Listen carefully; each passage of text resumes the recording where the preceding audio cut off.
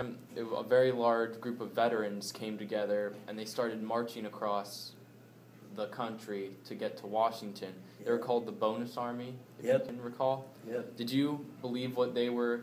Did you support what they were standing up for and what they wanted? I certainly did. Most certainly I did, yep. I stood up for that. Yeah, that was the big march that time on Washington. Right. You said your grandfather fought in the Civil War? Yeah. And then was your father, did he fight?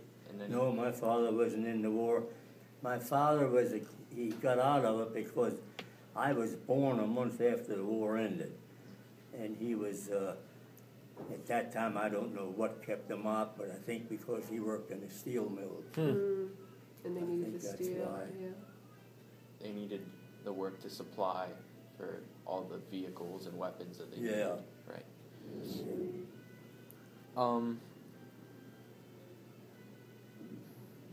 So, like you said before, how Franklin Roosevelt brought everybody out of the Depression, what was the greatest aspect that you saw in him? Or what was the biggest promise that he made? Well, the biggest thing he ever did for all of us is Social Security. But that man put it there for one reason. When you're 65 years old, you're going to be protected the rest of your life. Along came a couple more presidents, and each one tapped into that fund and paid other things. That was never meant for that. It was meant for people of 65 years old. When you retire, that you were promised that, and that's what you get. Right. And each year you got a raise. So I have to disagree on what they're doing with it. That's why the fund's almost busted. Right. Because of what they're doing. They're given to every other thing. I'm surprised they don't get welfare out of it. But till you reach it, there might be nothing there. Not counting a lot on it right now. Is it? Not counting too heavily on it. So, back when the Depression first hit, what did you find yourself doing most days as a child? Well, I went to school when it first started. So you stayed in school? I was in 7th grade. Yeah, but I know one time I didn't want to do it, but I had to do it. I had to go and ask for shoes to go to school. And I don't know if the county bought them or who bought them, but we got shoes to go to school. But things were really tough. Yeah. They had very, very little to eat. Very little to eat.